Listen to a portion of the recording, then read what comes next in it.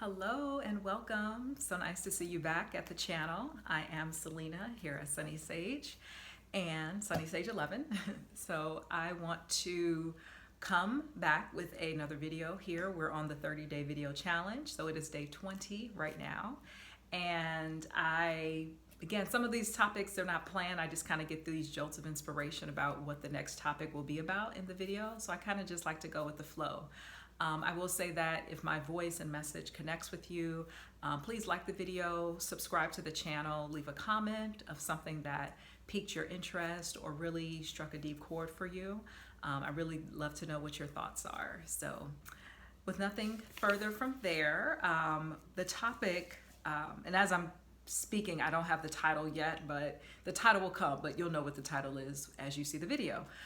What I came across last night, and this kind of connects to my other video, which was about unpacking, like we don't have to unpack everything at once.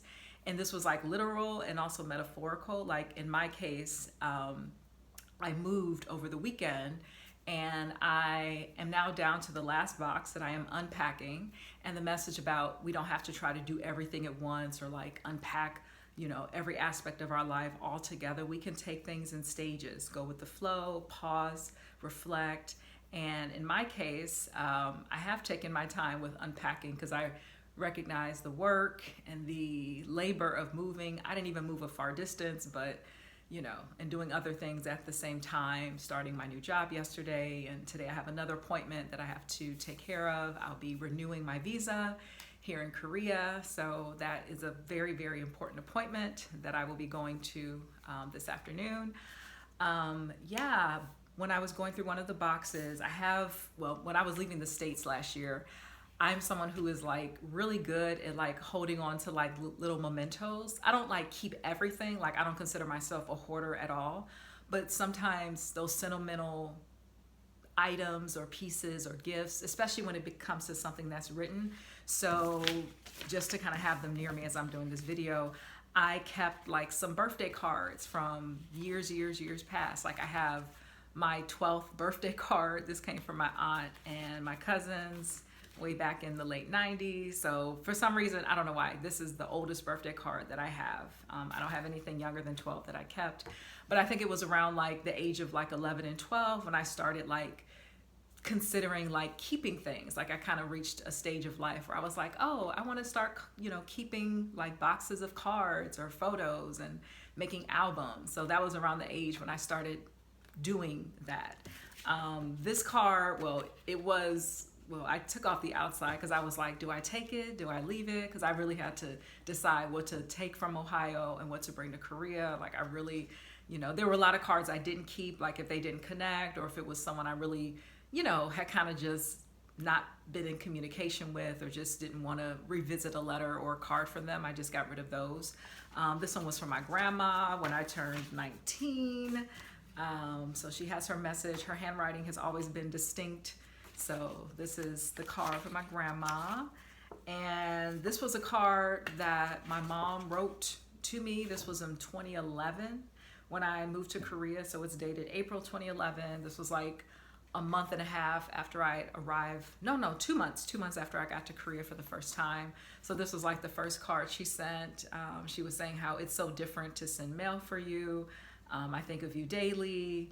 And, just sending some lovely, words of support. And something else that I came across was a letter that a friend of mine, when I was in college in Ohio, she wrote me this letter. And I was in Spain at the time. And, mind you, it's like, oh, writing letters. Like, I think I can count on maybe one hand the amount of friends I've had over the years who were letter writers. And this was even during the time where like we didn't have emailing, as frequently as we do now. She could have sent me an email because I think she had my email address while I was in Spain, but she took the time to actually write a letter.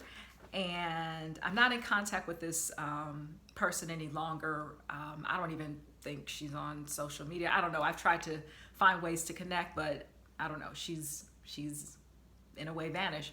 But it comes to also that that saying where we have people who are in our lives for a certain season of our lives, some people who stay for a lifetime. So I think that this particular friendship was for that particular season of my time as a university student. She was always encouraged by the things that I was doing, like studying abroad. And I think she ended up going abroad like a couple years later. And I'm glad that she could feel inspired. You know, I wasn't trying to inspire anybody. I was just trying to do what I felt made me happy. I wanted to go to Spain and I went. And so I guess it speaks to, we never know what actions we're doing that can impact someone else. And the message I got when I was looking at these cards that I wanted to bring to this video is about how letters and cards from our past can be reminders of how we were, I guess for the good or the not so good. It depends on how you take it. But in a general sense, how we were at that phase of our life, what we were going through, what we were experiencing. That's why I like journaling. I can look back at those journals. I don't keep all my journals. I did have some journals that I shredded because I was like, I don't want to revisit that particular time. I got the lesson, I learned it, but some journals, I don't keep all of them, but some that really connected with me at that particular time, and I still have good energy surrounding as far as when I read those memories. I like to keep those particular journals. But when we get these letters and cards from others who are in a way like external to us, but who are witnessing what we're going through, it's like when we read these cards and letters, we can see how they were, I guess, in a way observing our life and what we were doing. And as I wrote here, so how we were, what we experienced, and yeah, from their lens, from their point of view. And I'll read a little bit from the letter. This was dated April 25th of 2008. So she even put some art on it, lots of glitter. Yeah, I mean, maybe I've kept it this long because of just the encouragement and me kind of, it gives me this sense of like, you never know how what you're doing is impacting someone else. And just by us spreading our positivity, by us stepping out to achieve goals and to explore new opportunities, sometimes others are in a way looking for motivation through someone else. I mean, you can take that how you wish, but I think as humans, oftentimes we're motivated when we see like, wow, they did it. It's possible. Okay, I want to go ahead and do that. We need that sense of inspiration, that encouragement, just by observing and seeing someone else doing something. And I know that's been the case for me when I see others where I'm like, they did it, like I can do it. Like, why not me? Like, why not? And so I think this letter helped me. Well, as I was reading it last night, it just really clicked because I hadn't read this letter maybe since last year when I was like sorting things and deciding what to bring. But when I read it last night as I was unpacking, so this whole unpacking thing, as I was unpacking, and I guess had I rushed through the unpacking process, I maybe would not have allowed myself to sit with this letter again. Yeah, so let me read a portion of it, the part that really struck that chord with me yesterday. So she wrote, when I first read your message that you were staying in Spain, I wrote you a letter. Now pause here, staying in Spain. So this was April 2008. I went to Spain in late August of 2007. And I initially was only planning to do that one semester. I was going to be there from late August 2007 to late December 2007. But then I decided like, 3 months in Spain is not enough for me to really build my fluency. And so I decided that I wanted to stay for an additional semester and would be leaving in May of 2008. So I decided to stay an additional like 5.5 months or 5 months. Yeah, 5 months, something like that.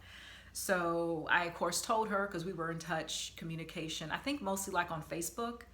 That was like the big way, like we were communicating back in college using Facebook messages.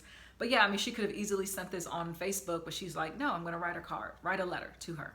Okay, so from the beginning again. When I first read your message that you were staying in Spain, I wrote you a letter. It never made it into the mailbox, but among the many emotions I expressed, one of the strongest was delight. I was pleased that you made a decision, a courageous one at that, which came from your heart.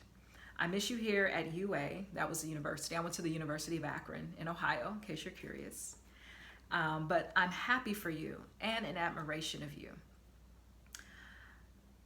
Okay, I learned as well that a person typically takes about a year to get to know a new environment. I thought of you. There is a difference between knowing a place and coming to know it. I do hope you'll share what you discover. And that last part, like that second to last sentence, there's a difference between knowing a place and coming to know a place. And then also it takes a year to get to know a new environment, which I guess she was sensing that, oh, I see why you wanted to stay in Spain even longer, because you needed more time. And I could feel from this, like, wow, like you allowed yourself the opportunity to give yourself more time, that you were open to really getting to know this environment even better, like knowing a place and then coming to know a place. And I think that by me staying in Spain longer, I was able to come to know it a lot better, versus if I just stayed for those 3 months, 3.5 months for one semester, I would not have developed the same connection and fluency in the language that was my ultimate and initial goal. Like my initial goal, I want to be fluent in Spanish, that's why I'm going. And to me, just to see how she was witnessing my actions and my choices, it was like, wow. Like to me, it just felt like I should stay, like this is the right decision. But for others, maybe they would have considered, well, maybe I just need to hurry up and graduate, so I need to, get back to my university and just get these credits going and get ready to graduate. Maybe people would have been like, if their family was very much maybe missing them and wanting them to come home, like, oh, you've been away already 3 months, come back home, come back home. I